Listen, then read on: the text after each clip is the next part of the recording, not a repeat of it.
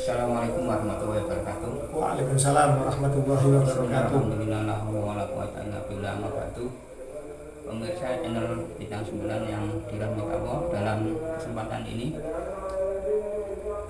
kita kedatangan tamu Gus Pakai Wirahadiningrat yang dalam hal ini akan kami wawancarai soal menanggapi isu yang lagi tren hari ini, yaitu soal pernyataannya Ustadz Ustadz Abdul Somad, yang menyatakan bahwa kalau tidak ada jasanya Habib, maka Indonesia tidak akan masih dijajah oleh Belanda.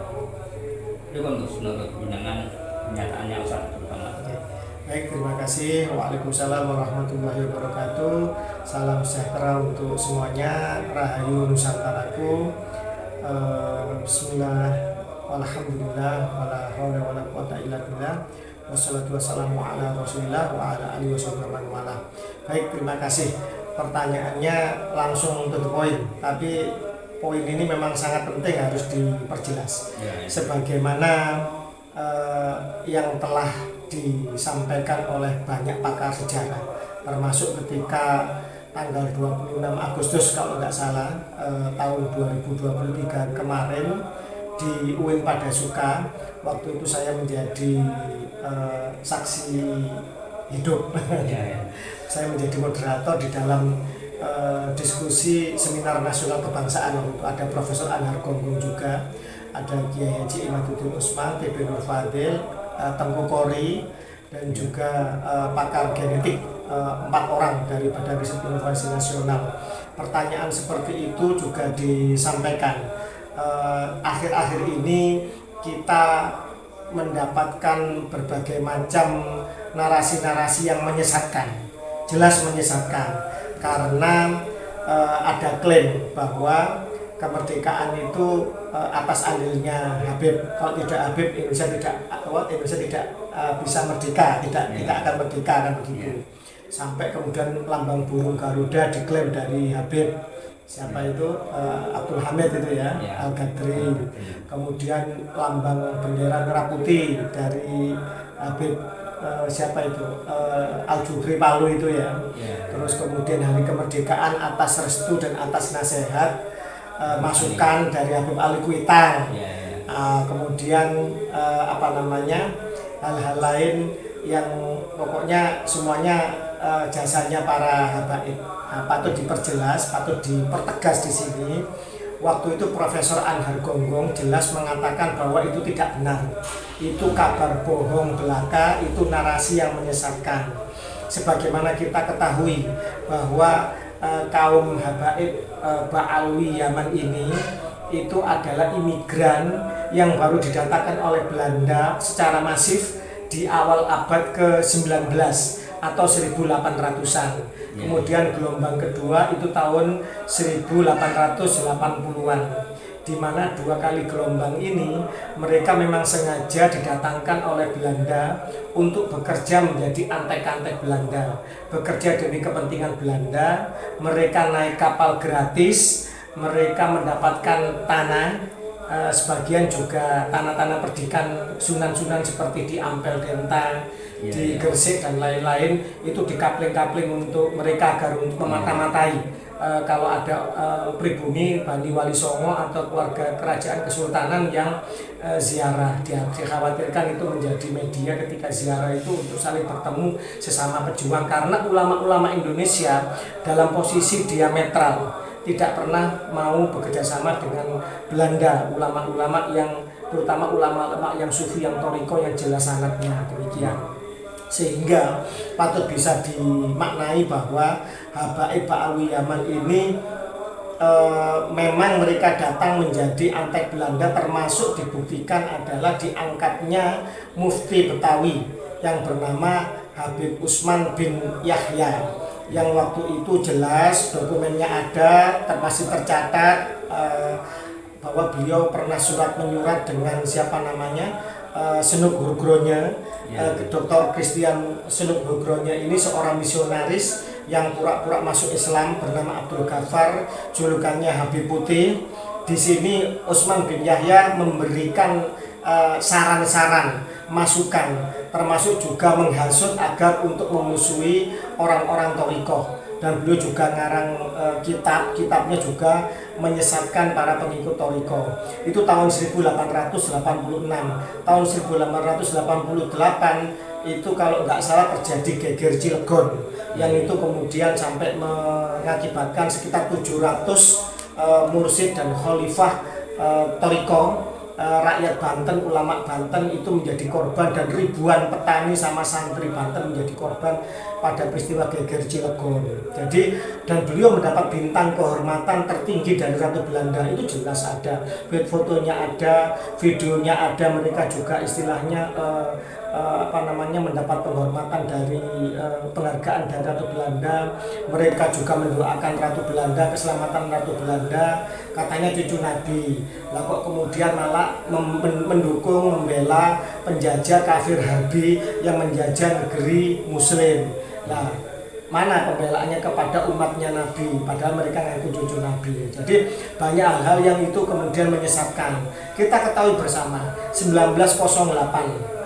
1908 itu ada gerakan Hari Kebangkitan Nasional, Budi Utomo dan lain-lain. Itu banyak putra-putri bangsa yang mendukung momen itu. Mereka juga tidak ada, kaum Habib Ba'alwi Yaman ini. Tahun 1928 mereka juga absen, tidak mendukung. Padahal non sewu, tanpa bermaksud membandingkan, etnis Cina mendukung karena itu diadakan di rumah etnis Cina. Ada, saya pernah menulis itu di dalam satu tulisan saya. Mereka baru mendukung itu pun karena kampanye dari kaum Al-Irsyad, artinya imigran Yaman yang non Ba'alwi, yang sebenarnya secara genetik mereka banyak keturunan Arab asli Quraisy. Sementara kalau Ba'alwi kan hablum grup G, mereka bukan orang Arab, mereka orang keturunan lurus laki-laki Kaukasus. Jadi mereka bukan orang Arab, bukan keturunan Ibrahim, dan apalagi Quraisy, dan bukan Ahlul Bait Nabi. Dan itu mereka mendukung. Tahun 1934 ada kongres sendiri yang dimotori oleh beberapa orang dari pemuda Al-Irsyad, Arab-Arab imigran Hadromi yang non Ba'alwi. Itu pun hampir batal karena hampir terjadi pertikaian, keributan karena diminta untuk setara. Mereka tidak mau. Ini juga yang membuat akhirnya Syekh Ahmad Surkati, seorang ulama yang didatangkan oleh mereka untuk mengajar di Indonesia, itu marah karena Habib-Habib Ba'alwi Yaman ini itu meminta agar santri-santri, murid-murid yang di Jamiatul Khair itu mencium tangannya, yang bukan non Habib, mencium tangannya yang sesama santri, sesama murid yang Habib. Ini kan mengajarkan rasisme, mengajarkan ketidaksetaraan. Malah gurunya pun konon katanya disuruh cium tangan muridnya yang Habib. Na'udzubillah min dzalik. Kemudian tahun 1945, sebelumnya itu ada BPUPKI, Badan Persiapan Usaha Kemerdekaan Indonesia. Itu ada ketuanya Dr. KRT Rajiman Widyo Diningrat, seorang dokter dari Keraton Surakarta Diningrat, atas inisiasi Pakubuwono ke-11 kalau nggak salah. Itu zaman itu juga Ba'alwi juga tidak ada. Kemudian ada panitia persiapan kemerdekaan Indonesia PPKI, Ba'alwi juga tidak ada. Terus kemudian mempertahankan kemerdekaan perang 10 November, itu Ba'alwi juga tidak ada. Padahal di Surabaya itu kan juga salah satu banyak imigran Ba'alwi di sekitar Ampel, Delta, Sasak dan lain-lain. Itu juga tidak ada jejak mereka mendukung kemerdekaan itu. Kemudian pada waktu proklamasi juga tidak ada jejak mereka, ya kan. Kemudian pada waktu perang mempertahankan revolusi agresi Belanda 1, agresi Belanda 2, kemudian di setiap perjanjian-perjanjian tidak ada jejak mereka.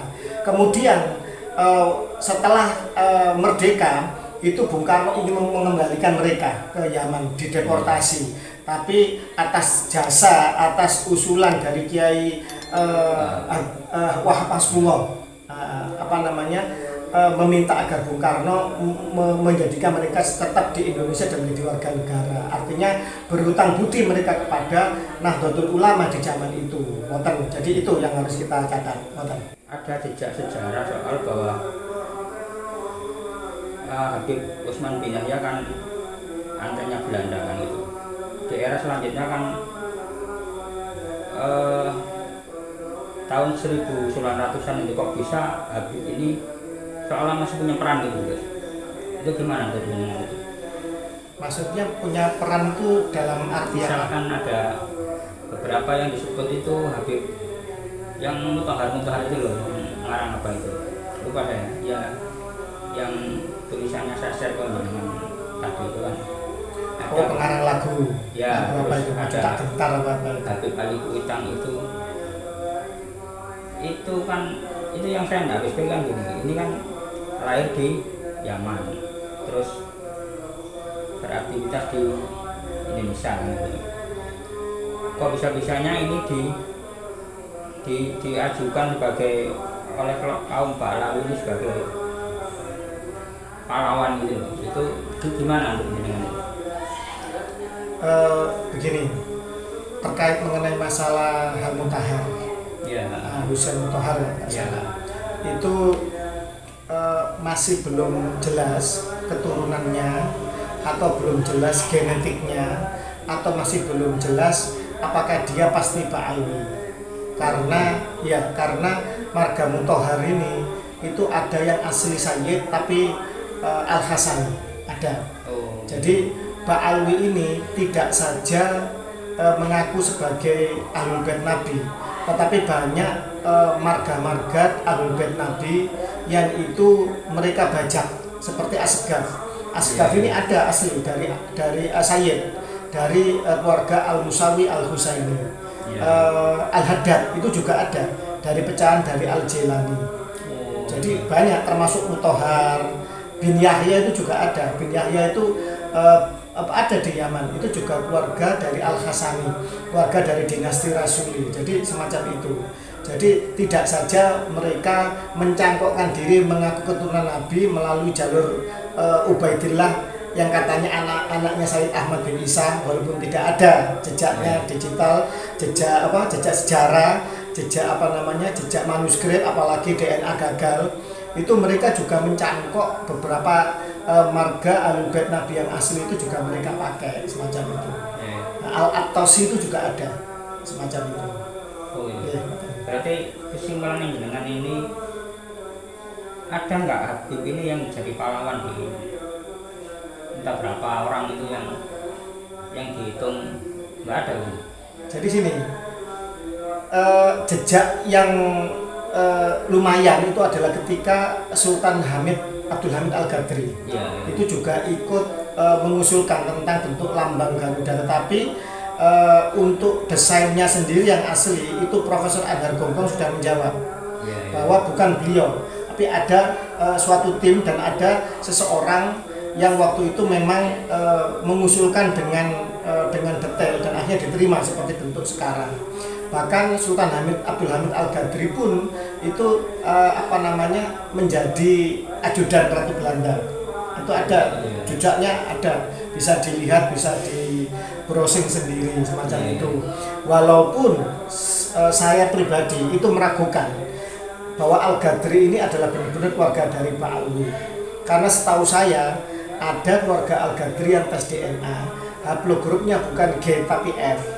Artinya di zaman dahulu banyak kelompok atau keluarga atau orang pribadi mungkin itu yang memba'alawikan diri untuk mendapatkan fasilitas warga negara elit kelas 2. Kan ada warga negara paling elit kelas 1 itu adalah ras kulit putih. Tentu saja 1A-nya adalah Belanda, 1B, 1C ya mungkin orang Prancis, orang Jerman dan lain-lain orang Inggris yang peranakan ras kulit putih boleh lah. Ada kelas 2 yaitu timur jauh ya, termasuk orang Timur Tengah dan juga orang etnis China, India dan lain-lain. Tetapi di situ ada yang paling atas yaitu Habib Pak Alwi Yaman ini, karena satu, dia warga negara kelas 2 dan dia ngaku cucu Nabi dan dia merasa lebih tinggi dari imigran yang lain. Kemudian ada kelas 3. Kelas 3 ini pribumi paling rendah. Pribumi paling atas jelas kelompok ningrat, kelompok bangsawan dan lain-lain. Kemudian yang paling bawah ya rakyat jelata ya.